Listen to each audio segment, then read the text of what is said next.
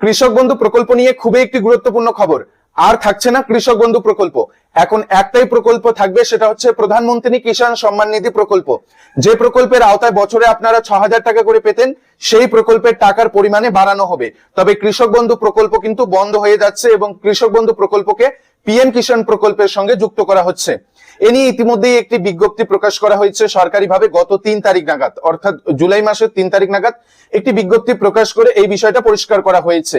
ইতিমধ্যেই আপনারা পঞ্চায়েত অফিসে, ব্লক অফিসে লক্ষ্য করেছেন কৃষকদের হিড়িক জমেছে। কৃষক বন্ধু প্রকল্পে রিভেরিফিকেশনের জন্য নির্দিষ্ট ফরম্যাটের একটি ফর্ম পূরণ করে জমা করতে হচ্ছে প্রত্যেক কৃষককে। এই ফর্মটি ফিল আপ করে জমা করার মূল উদ্দেশ্যই কি, আর প্রধানমন্ত্রী কিষাণ সম্মান নিধি প্রকল্পের টাকা কত টাকা করে দিবে, কৃষক বন্ধু প্রকল্প কতদিনে বন্ধ হচ্ছে, কৃষক বন্ধু প্রকল্পের পরিবর্তে প্রধানমন্ত্রী কিষাণ সম্মান নিধি প্রকল্পের টাকা সবাই পাবেন কিনা, একেবারে সবিস্তার আলোচনা আজকের এই ভিডিওতে থাকতে চলেছে। ভিডিওটি অত্যন্ত গুরুত্বপূর্ণ হতে চলেছে সবারই জন্য। ভিডিওটি শুরু করার পূর্বে একটি ছোট্ট রিকোয়েস্ট, ভিডিওটিতে জাস্ট আপনারা একটি করে লাইক প্রদান করে দেবেন। তো চলুন মূল আলোচনা এখন আমরা শুরু করি। প্রথমেই জানিয়ে দিচ্ছি, গত ৩ তারিখ অর্থাৎ জুলাই মাসের ৩ তারিখ নাগাদ একটি নোটিফিকেশন প্রকাশ করে জানানো হয়, যারা কৃষক বন্ধু প্রকল্পের সুবিধাভোগী রয়েছেন প্রত্যেক কৃষককে রিভেরিফিকেশনের জন্য নির্দিষ্ট ফরম্যাটের একটি ফর্ম পূরণ করে জমা করতে হবে। আপনারা আপনাদের ব্লক অফিস বা পঞ্চায়েত অফিসে খোঁজ খবর রাখবেন, সেখানে গেলেই দেখতে পারবেন কৃষক বন্ধু প্রকল্পের রিভেরিফিকেশনের ফর্ম পূরণ বা ফর্ম জমা নেওয়ার কাজ শুরু হয়ে গিয়েছে।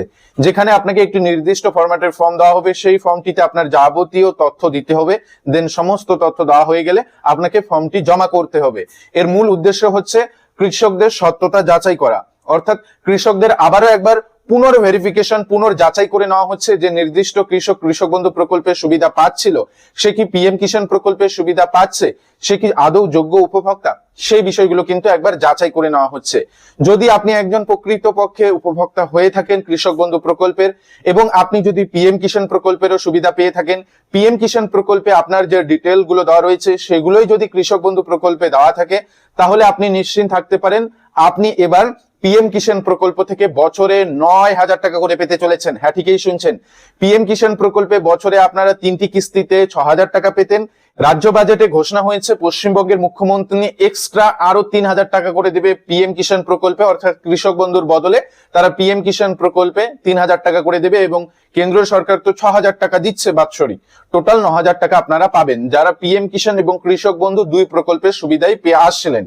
এরই সঙ্গে নোটিফিকেশনে জানানো হয়েছে, যারা কৃষক বন্ধু পেয়ে আসছিলেন এবং একজন যোগ্য উপভোক্তা কিন্তু পিএম কিষাণ প্রকল্পের সুবিধা পাননি, তাদেরকে নতুন করে পিএম কিষাণ প্রকল্পে অন্তর্ভুক্ত করারও ব্যবস্থা করা হবে, যে উদ্দেশ্যে ইতিমধ্যেই কিন্তু পুনর্যাচাইকরণ বা কৃষক বন্ধু প্রকল্পে রিভেরিফিকেশনের কাজটি শুরু করা হয়েছে।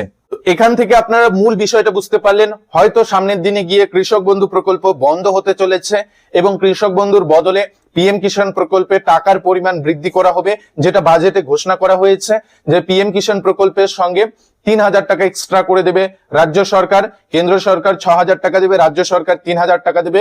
মোট পশ্চিমবঙ্গের কৃষকেরা ৯,০০০ টাকা করে পাবেন পিএম কিষাণ প্রকল্পের আওতায়। তো আজকের এই ভিডিওতে মূলত আপনাদের এই বিষয়গুলো ক্লিয়ার করানো ছিল যে ইতিমধ্যেই যে কৃষক বন্ধু প্রকল্পের রিভেরিফিকেশন বা পুনর্যাচাইকরণ করা হচ্ছে, কি